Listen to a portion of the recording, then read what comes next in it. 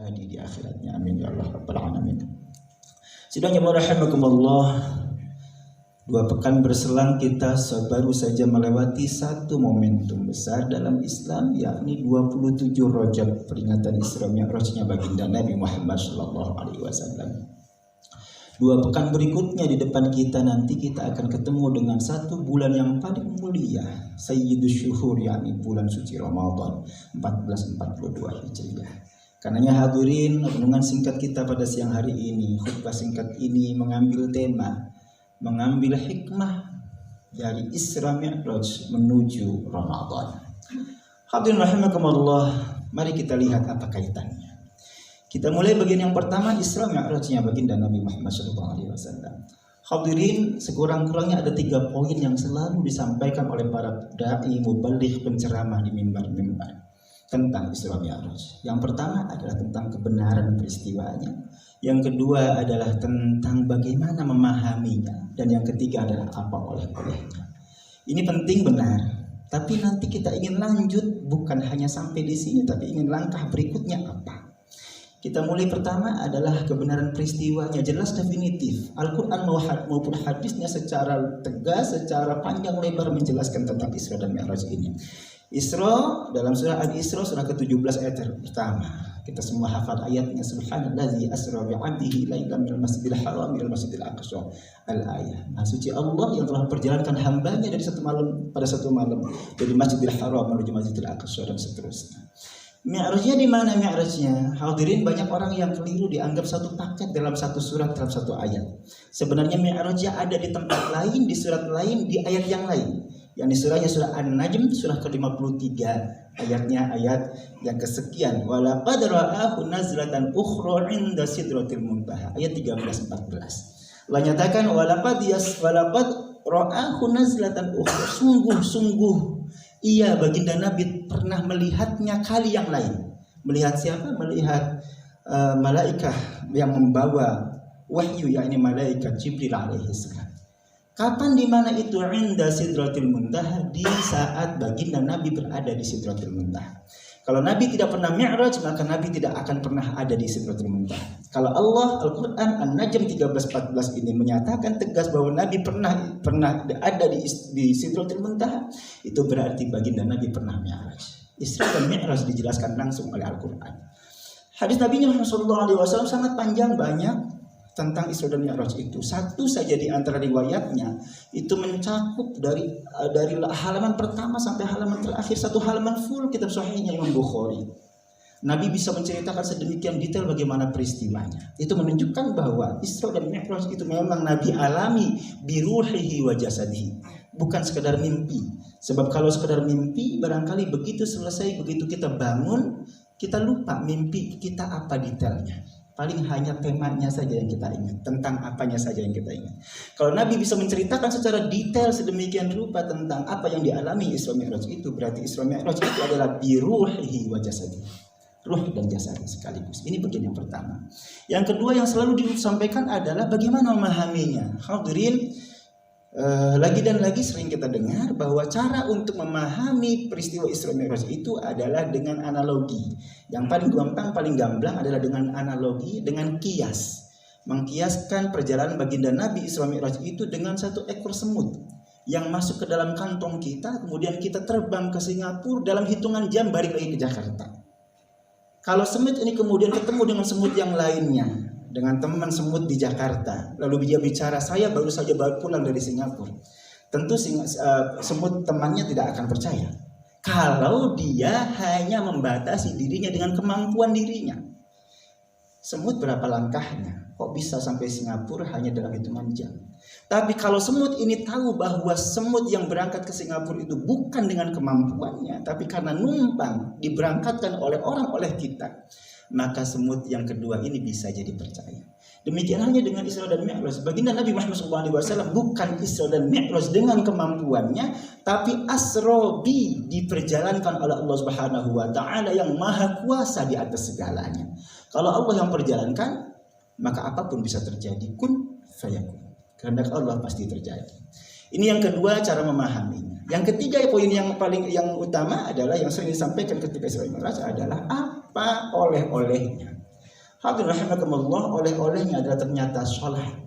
Itu menunjukkan satu sisi sholat itu sedemikian penting dalam agama, sehingga kemudian untuk menyampaikan perintah sholat, Allah langsung berhadapan dengan baginda nabinya di Sidratil Muntaha. Itu sebab maka baginda Nabi katakan as-sholatu imaduddin, sholat itu tiang agama. Kalau kita menegakkan sholat berarti menegakkan agama. Sebaliknya kalau kita meninggalkan sholat sama dengan menghancurkan agama. Banyak lagi hadis lain tentang sholat ini, luar biasa. Al-farqu bainal mu'min wal kafir as-sholat. Beda antara kita dengan orang yang tidak beriman adalah sholatnya. Awwalu ma yuhasabu bihi al-'abdu as-sholat. Apa yang pertama kali dihisab nanti di akhirat adalah sholatnya. Pentingnya sholat dalam agama sedemikian rupa sampai-sampai baginda Nabi menghadap Allah Subhanahu wa taala di Sidratul Muntaha untuk menerima perintah. Ini 3 poin utama yang selalu disampaikan setiap peringatan Isra dan Mi'raj. Hadirin, hari ini khotib ingin melangkah lebih lanjut. Kita mengajak kita semua menatap lebih lanjut. Apa di balik yang tadi disampaikan itu? Hadirin, sampai sholat penting. 3 tema ini penting benar. Tapi hakikatnya agama ini bukan hanya sekedar ritual, bukan hanya sekedar soal ibadah, bukan. Ketika Allah menyampaikan kepada malaikat, wa yaqala rabbuka lil malaikati inni ja'ilun fil ardi khalifah, aku sedang menciptakan seorang khalifah di muka bumi. Malaikat kemudian seakan-akan tanda kutip protes, qalu ataj'alu fiha may yufsidu fiha wa yasfiku dima. Mereka katakan, apakah engkau akan menciptakan makhluk yang akan merusak bumi dengan mengalirkan darah, menumpahkan darah di antara mereka sendiri? Wa nahnu nusabbihu bihamdika wa nuqaddisu lak. Kata malaikat, padahal kami ini selalu bertasbih mensucikan engkau, apalagi kurangnya. Hadirin, Al-Misbah salah satu tafsirnya menyampaikan seakan-akan malaikat menganggap bahwa memakmurkan bumi ini cukup dengan ibadah, dengan tasbih, dengan sholat saja. Hadirin, kenapa Allah menciptakan kita manusia? Karena kita ini bukan hanya ditugaskan untuk menghamba kepada Subhanahu wa taala, tapi sebagai khalifah di muka bumi, memakmurkan bumi. Kalau ukurannya memakmurkan bumi, maka parameter variabelnya haruslah bumi, haruslah dunia, bukan hanya akhiratnya. Kalau begitu benar kita diminta untuk beribadah, pada saat yang sama kita ditugaskan untuk memakmurkan bumi. Itu berarti segala perangkat yang di dalamnya ada harus kita kuasai, termasuk di dalamnya adalah ilmu, pengetahuan dan teknologi. Lalu apa pentingnya Isra Mi'raj? Isra Mi'raj itu simbolisasi dari pengetahuan tertinggi. Sidratul Muntaha itu adalah di atas langit ketujuh. Di atas langit ketujuh ada Sidratul Muntaha. Bahkan malaikat Jibril saja tidak mampu menembusnya. Sampai di sini saja, sampai langit ketujuh saja. Baginda Nabi menembus langsung sendiri, tidak dengan malaikat Jibril. Itu menunjukkan ketinggian manusia di atas makhluk yang lain karena akalnya salah satunya. Hadirin rahimakumullah, kata kuncinya apa? Sidratul Muntaha. Kalau kita memahami Sidratul Muntaha, maka berarti kita diperintah oleh agama untuk menguasai ilmu dan pengetahuan teknologi. Hadirin, kalau kita cermati Al-Quran, betapa banyak surat ayat dalam Al-Quran berbicara tentang benda-benda langit. Mulai dari yang kita huni, bumi ini. Wal ardi wa ma tahaha, demi bumi dan betapa kami bentangkan ia. Yang berikutnya yang dekat dengan kita Al-Qamar, wal qamari wasyamsi wadduhaha wal qamari idza talaha, demi Al-Qamar, demi bulan. Lebih jauh lagi ada matahari, wasyamsi wadduhaha, demi syams, demi matahari dan duhanya. Lebih di atas lagi matahari, di atas matahari ini adalah bintang, bintang gemintang. Wan najmi idza hawa ma dhalla sahibukum ma ghawa. Di atas bintang ada lagi galaksi namanya. Al-Quran menyebutnya sebagai Al-Buruj, was-sama'i dzatil buruj wal yaumil maw'ud, demi langit yang memiliki gugusan bintang. Hadirin, Al-Quran sedemikian rupa menggugah kita bahwa Al-Quran banyak berulang di banyak ayat, bahkan menjadi nama surat. Setiap katanya menjadi nama surat. Itu seharusnya membuat kita kemudian terpantik motivasinya untuk menguasai ilmu pengetahuan teknologi, termasuk diantaranya adalah astronomi. Hadirin, hari ini melalui teknologi kita tahu bahwa ternyata semesta jagat raya yang kita huni ini luar biasa luas. Bahkan hanya untuk memantaunya saja dari ujung kanan ke ujung kiri kita butuh waktu 13,7 miliar tahun dengan kecepatan cahaya. Yang kecepatan cahaya itu 1 detiknya 300.000 kilometer per detik. Kebayang 300.000 kilometer per detik kali 13,7 miliar tahun. Luar biasa luasnya alam semesta ini. Dan itu pun kita belum menemukan satu langit pun. Padahal Sidratul Muntaha berada di langit yang ke-7, di atas langit yang ke-7.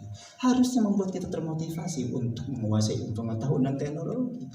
Maka pertanyaannya, kenapa bukan kita yang tertarik untuk mengetahui, menguasai astronomi? Kenapa bukan kita yang menciptakan pesawat ulang-alik? Kenapa bukan kita yang menjadi penguasa mir, yang menjadi astronot? Padahal Al-Quran tegas menyatakan bahwa orang yang ulul albab, orang yang pengetahuannya tinggi, orang yang intelek itu dalam agama adalah alladzina yadhkurunallaha qiyaman wa qu'udan wa 'ala junubihim. Yang pertama adalah benar orang yang mengabdikan dirinya kepada Subhanahu wa taala dengan banyak ibadah, dengan banyak salatnya. Tapi pada sisi yang kedua, yatafakkaruna fi khalqis samawati wal ardh, dan senantiasa Allah menggunakan fi'il mudhari', berarti present tense. Senantiasa selalu untuk memikirkan alam semesta, jagat raya seisinya. Itu yang disebut ulul albab dalam agama. Masya Allah, luar biasa. Bahkan hadirin, kalau kita lihat Ar-Rahman, Allah menantang kita semua umat manusia untuk menguasai alam semesta itu. Ya ma'asyiral jinn, man istata'a minkum. Masya Allah. Al-Quran surah Ar-Rahman yang menyatakan, ya ma'asyiral jinni wal insi in istata'tum an tanfuzu min aqtaris samawati wal ardh fanfuzu.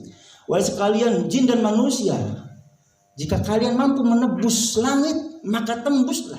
La tanfuzuna illa bisultan. Itu langit tidak akan kamu tembus kecuali dengan sultan, dengan kekuatan, dengan kekuasaan. Salah satunya adalah ilmu pengetahuan dan teknologi. 15 abad yang lalu kita sudah ditantang oleh Al-Quran untuk menciptakan alat yang menembus angkasa. Tapi sampai hari ini tidak banyak umat Islam yang tergugah untuk melakukannya. Hadirin rahimakumullah, ini bagian yang pertama, Isra Mi'raj menggugah kita semakin dekat dengan ilmu pengetahuan dan teknologi, menguasainya insya Allah. Yang kedua, apa hubungannya dengan Ramadan? Hadirin, luar biasa umat Islam ini. Sudah 15 abad yang lalu Allah sudah menetapkan kita untuk berpuasa bulan suci Ramadan. Bahkan Nabi-Nya sallallahu alaihi wasallam memberi teladan kepada kita, mengajarkan kepada kita adalah dengan cara ro'ah, melihat. Ya ayyuhalladzina amanu kutiba alaikumusyamu kama kutiba alal ladzina min qablikum la'allakum tattaqun. Surahnya Al-Baqarah. Lalu Al-Qur'an, hadis Nabi Muhammad sallallahu alaihi wasallam juga menyampaikan bagaimana kita menemukan Ramadan itu. Sumu li ru'yatihi waftiru li ru'yatihi. Puasalah dengan melihatnya, melihat bulan suci Ramadan tanggal pertama, dan berbukalah karena melihatnya, melihat tanggal pertama bulan Syawal. Hadirin rahimakumullah.